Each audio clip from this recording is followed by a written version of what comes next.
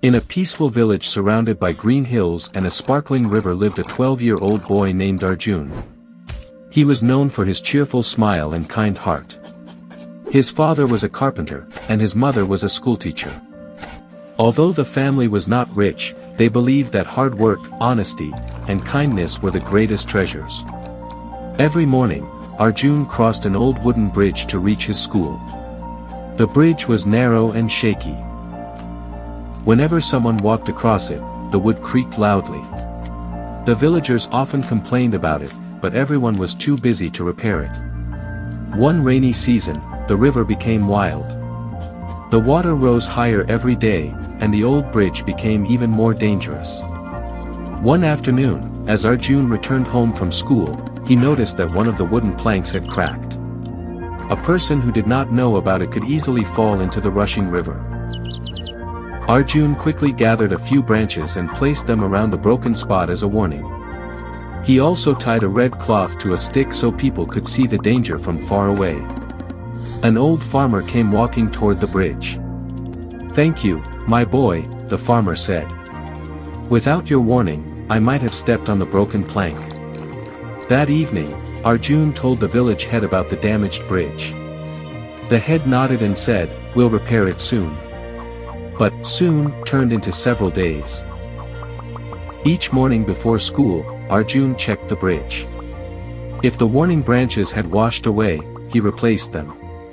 Sometimes he stood near the bridge and helped elderly people cross safely. His friends laughed. "Why waste your time?" one of them asked. "It's not your job." Arjun smiled. "It may not be my job," he replied, "but it is my responsibility if I know someone could get hurt." One stormy evening, the rain poured harder than ever. Thunder shook the sky, and the river roared below. Arjun heard someone shouting outside. A little girl named Mira had not returned from visiting her grandmother across the river. Without wasting a moment, the villagers grabbed lanterns and hurried toward the bridge. When they arrived, they saw Mira standing on the other side, frightened. The cracked plank had become even weaker. Everyone hesitated. "If she steps there, she'll fall," someone cried. Just then, Arjun remembered the strong ropes in his father's workshop. He ran home through the rain, returned with 2 long ropes, and tied one end to a large tree. With the help of the villagers, they stretched the rope across the bridge as a handrail.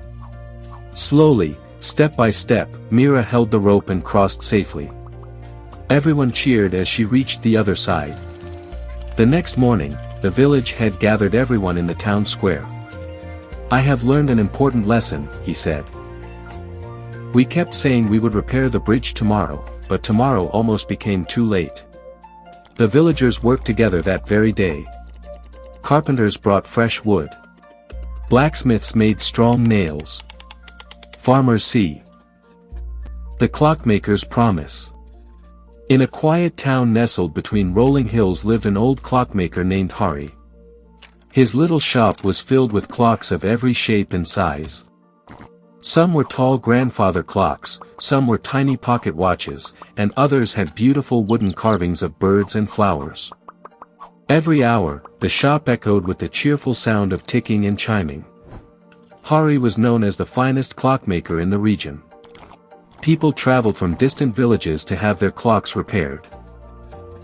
But what made him special wasn't just his skill, it was his honesty. If a clock needed only a small repair, he charged only for that repair. He never asked for more money than he deserved. Hari had an apprentice named Kiran, a bright 16-year-old who dreamed of becoming a master clockmaker. Kiran learned quickly, but he had one weakness: he wanted success too fast.